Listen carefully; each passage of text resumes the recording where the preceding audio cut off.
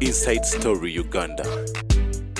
Real source of political update. Media consultant. Omukunavu Tamale, Mirundi, mutabani wa Mole Namatovu, neyo wana Mirundi. Mu studios amazo kubiranga yingi. Muri ampa magezi. Mu Uganda muri ampa magezi mu byabufuzi.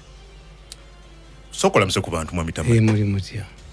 Abemengo baga nafunye cyapa. Nimba kuba nemba malawo. Wetu nali nkutte muwanga nga mutidde mu studio. Muwanga Kivumbi. Mubangoba anesoko kubaka tambikano. Soko kubeka nomba bulire lwaki nakoze ekyo nakoze. Lwaki tukakunya oluvanyuma. Kakube. Oyagala soka kawulira. Kakube nkubulire ekyo lwaki nakikoze ekyo. Kulika yojjo. Kwata mwenda mu ngalo. Mu State House nakulabye. Anti jogere ekyo gesoko kubako. Okay. Ampuliza kutambika batandikirako then tugende buterevu ku nsonga je musingo okwagala o trendize nyo ku social media ndina amaanyi kuvira dalwa mukaga yes kale katulire. I'm telling you, there is one simple thing I want us to discuss, and I don't want us to take a lot of time. You know, we're moving around the same point on a long stretching debate. There have been several things that have been happening in this country, and I'm have to tell you, frankly speaking, the rumor that is saturating of poisoning, there's a lot of this and that, is really going to become very dangerous. And when you also look at the people's reaction, I normally tell these people that be very careful with the people power rumpens. You can do it today and they will never forget. For example, look at what recently happened to this Catherine Kusasira and then this young man. Such a situation is going to last. And that is why I normally tell the people, before you come out in the limelight, be very careful and very calculative of what you do, because at the end of the day, there could be some repercussions. The people never forget. Poor people will never think about anything, but they will always promote their hate, and the hate will continue. Poverty accelerates hate. That is why that's the scenario in which we are right now. And if we are not very careful, to be very calculative about what might happen in the future, you may find everybody in the system, people out there will be paying for their blood.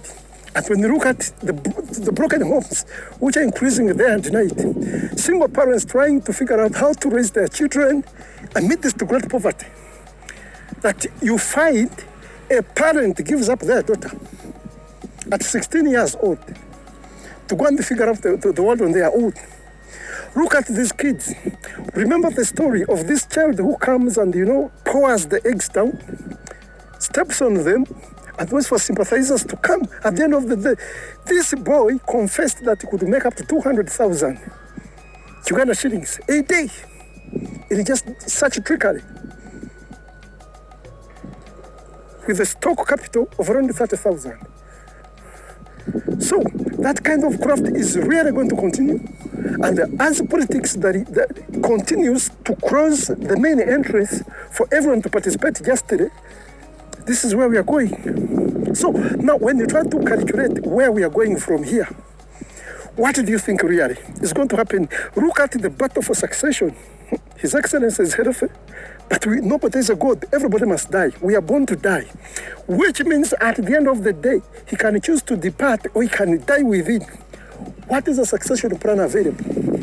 That should be a very key question. My brother, before you go into this hustle, you should always calculate what exactly is going to happen. What exactly are people looking at? And what is the mindset of the gross population? Because at the end of the day, this is what the real fire is going to start. And it can burn the entire country. It can burn the entire society. It can even graduate into genocide, which can come into ethnic cleansing. So we should have to be very careful. At least the President himself has been very calculative to make sure that there are several things that don't happen in this country. He contained every aspect of ethnicity. But as his family grew, started intermarrying and bringing more people who were not educated about tribalism. That is why everybody is complaining. That why is it people from one side occupying the major positions and those from other sides that occupy major positions are left with no power? So these are the things we must be thinking about at all times. So that is my view. And I'm only requesting you that whatever the factors that are going to happen in between today, then, and tomorrow, you should be very calculative and very careful to know what exactly you're going to take over. The battle for presidency starts, but it's normally a covert operation. By the time it comes out, for the people to feel it, to smell it, and even touch it, it must have matured because nobody needs to see it germinating. After all, the adversaries will never see it germinate. So that is the same problem in which we are. Yes, thank you. You know, that is a very important aspect. And I really respect that perspective because actually it is a fact. That is what I'm telling you. It is the byazayogera mubadde mubiwulira ayogerako munnamawulire Andrew Mwenda n'abantu abalala. There has been an impression nti oba oliawo waliwo bad blood wakati we ne minisita w'ebyobulimi Frank Kajiji. Tumwebaze nabalabye ku lunaku olw'omukaaga General Muhoozi Kainerugaba bwe yabadde ng'ajaguza emyaka 48 egy'obukulu wali ku kisaawe kya cricket Rugogo. Surprisingly, Mwami Joseph Tamale Mirundi n'agwa Frank Kajiji tumwebaze mu kifuba n'emikono n'engalo ne bawuuba ne bawanika. Kyalowoozesezza bangi nti oba oliawo bano enkolagana yazzeewo. Ate kyakomyawo twalabye media consultant omukukunavu Tamale Mirundi olunaku olwajjako birthday dinner eyabadde mu maka g'omukulembeze w'eggwanga oba mu State House Entebbe nga akola ekintu kyekimu nga era beegwa mu kifuba ne munnamawulire Andrew Mujuni Mwenda. Era Andrew Mujuni Mwenda n'amukwatako n'okumusunako wano ku kutu mu ngeri ya comradeship nti omukwano gubasaza mu kabu. Mwami Tamale Mirundi for more than I think about 7 or 8 years abadde nga asinzira ku mikutu gino egya radio ne TV. Kati abo tetuliddayo kwogera kakibe ki tujja newe tuliba mu kabuli oba mu ggulu atuli kubaganirayo bigambo bya media consultant Tamale Mirundi byaze ng'ayogera ku mikutu gya TV ne radio.